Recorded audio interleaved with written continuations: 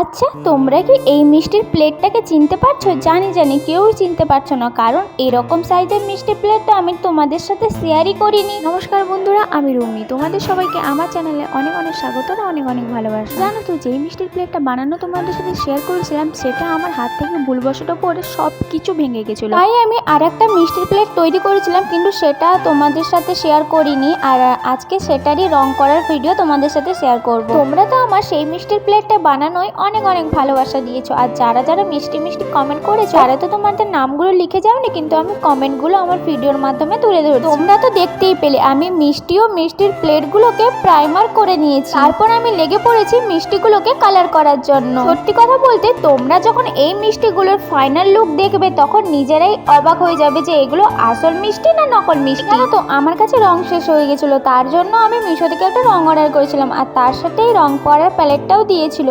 তো আমি ভাবলাম এটার মধ্যে আজকে রং মিশিয়ে রঙই করা যাক। তো নতুন যেহেতু, তাই জন্য আর দশ হইল না, রং করতে লেগে পড়লাম। তো এই মিষ্টির প্লেটে মোট 10টা মিষ্টি আছে, কিন্তু তোমাদের সাথে যে মিষ্টির প্লেটটা শেয়ার করেছিলাম সেটা মোট 7টা মিষ্টি ছিল। আচ্ছা, তোমরা একবার কমেন্টে জানাও তো যে এই মিষ্টির প্লেটটা তোমাদের কাছে ভালো লেগেছে না আমি যেটা তোমাদের সাথে বানিয়ে শেয়ার করেছিলাম সেটা তোমাদের কাছে ভালো লেগেছে। এখানে আমার একটা একটা মিষ্টি রং করা কমপ্লিট হয়ে গেছে, আর এখানে আমি প্লেটের রংটা নীল কালার করেছি। তোমাদের কাছে কেমন লাগছে কিন্তু কমেন্টে জানিও। এরপর আমি প্লেটের মধ্যে মিষ্টিগুলোকে সুন্দর করে সাজিয়ে ফেলবো। আর হ্যাঁ, তোমরা যদি আমার পেজে নতুন হয়ে থাকো তাহলে পেজটাকে সাবস্ক্রাইব করে পাশে দেখো। আর ভিডিওটা কেমন লাগলো সেটা কমেন্টে জানিয়েছো। যদি ভালো লেগে থাকে তাহলে লাইক কমেন্ট শেয়ার করে দিও। আজকের ভিডিওটি এতটুকু। আজকের জন্য টাটা, দেখা হবে আবার অন্য কোনো ভিডিওতে।